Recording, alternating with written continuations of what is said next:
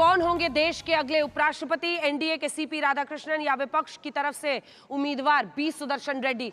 इस बार ये मुकाबला बहुत दिलचस्प हो गया है क्योंकि इस बार उपराष्ट्रपति की दौड़ में दक्षिण भारत से दो चेहरे हैं। तमिलनाडु से सीपी राधाकृष्णन को एनडीए ने उम्मीदवार बनाया है।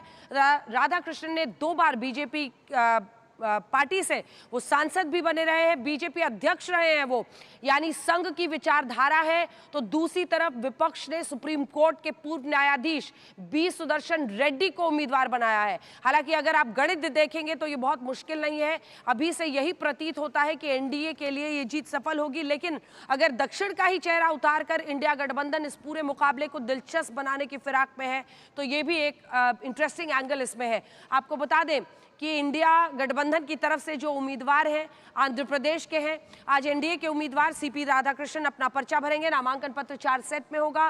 पहले सेट के प्रस्तावक खुद प्रधानमंत्री नरेंद्र मोदी होंगे।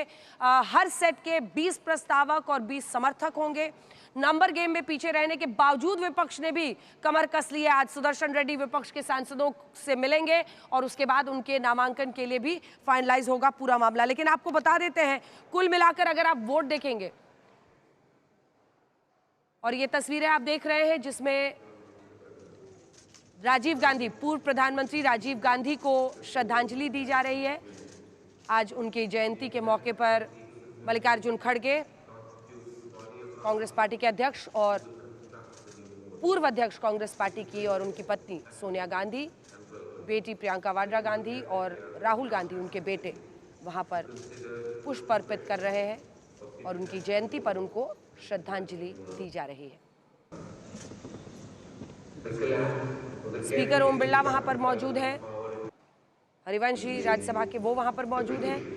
एक एक करके सभी, संजय राउत फिलहाल दे रहे हैं, राजीव शुक्ला कांग्रेस पार्टी की तरफ से, डेरेक ओब्रायन, सभी वहां पर दिखाई दे रहे हैं जो इस वक्त श्रद्धांजलि दे रहे हैं राजीव गांधी को उनकी जयंती पर।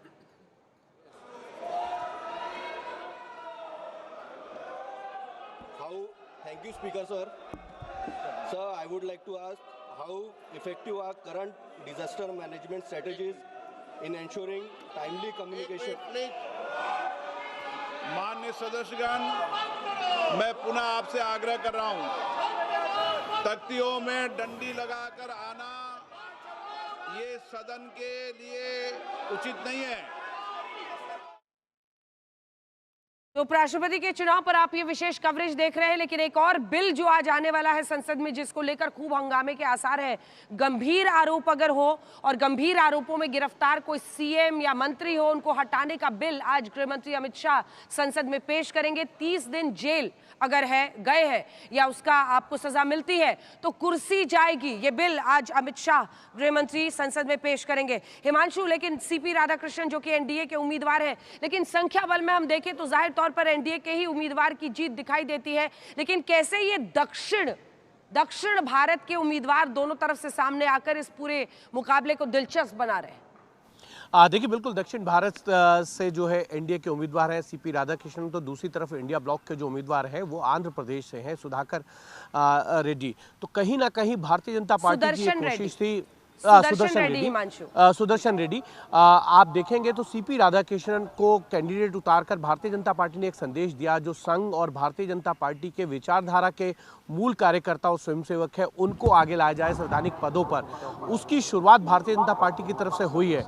अगर आप देखें तो भारतीय जनता पार्टी की एक स्ट्रेटेजी थी कि इंडिया ब्लॉक के अंदर जो है वो फूट डाली जाए कि क्योंकि 2026 के अंदर जो है विधानसभा चुनाव होने हैं तमिलनाडु में। ऐसे में तमिलनाडु की प्राइड का विषय हो, सीपी राधाकृष्णन जो है वो उपराष्ट्रपति पद के उम्मीदवार है। अब डीएमके को तय करना है कि वो इंडिया ब्लॉक के जो उम्मीदवार हैं सुधाकर रेड्डी उनके साथ जाएंगे या सीपी राधाकृष्णन के पक्ष में वोट डालेंगे, क्योंकि अगर सीपी राधाकृष्णन के पक्ष में वोट नहीं डाला तो विधानसभा चुनाव में एआईडीएमके और बीजेपी मिलकर ये इस इशू को बना सकती है कि जब उपराष्ट्रपति पद के लिए उम्मीदवार डालना था, जब तमिलनाडु के लिए प्राइड की बात थी तो डीएमके ने जो है वो इंडिया ब्लॉक के गठबंधन के जो उम्मीदवार थे उनको वोट दिया। हमने पहले भी देखा है अंजना कि कई बार ऐसा हुआ है गठबंधन से बाहर आके जो है वो वोट पड़े हैं। 2007 में अगर आपको याद हो तो जब प्रतिभा पाटिल चुनाव लड़ी थी तो शिवसेना ने आकर जो है प्रतिभा पाटिल के पक्ष में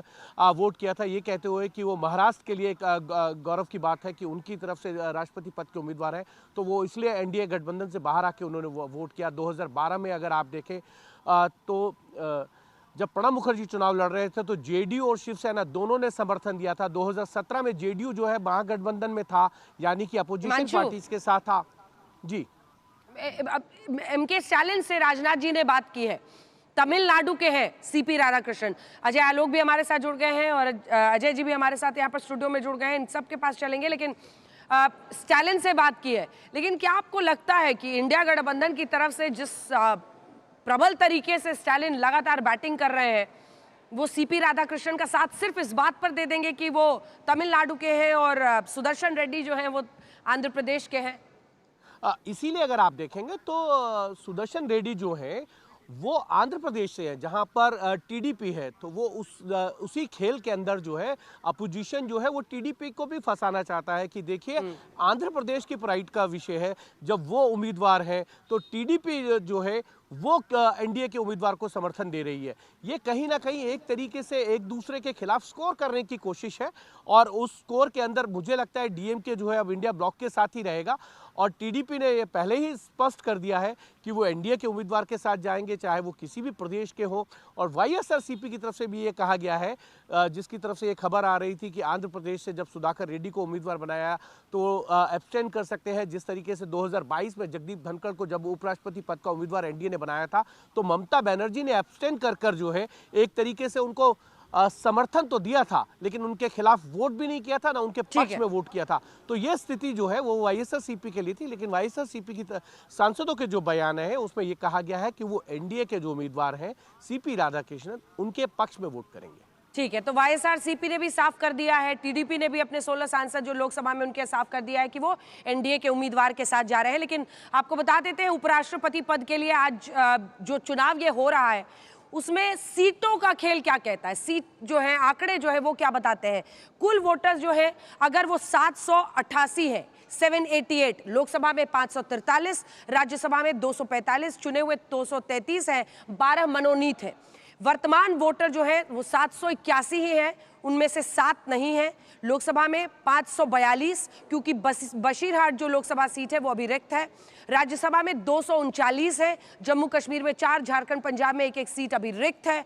बहुमत का आंकड़ा 391 है, 391, और एनडीए के सांसद है 422। लोकसभा के 293, 293, और राज्यसभा में 129, जिसमें 7 मनोनीत मिलाकर है। इंडिया गठबंधन के पास 321 है, तो वो बहुमत के आंकड़े से दूर है। अन्य जो है वो भी हम आपको बता रहे हैं।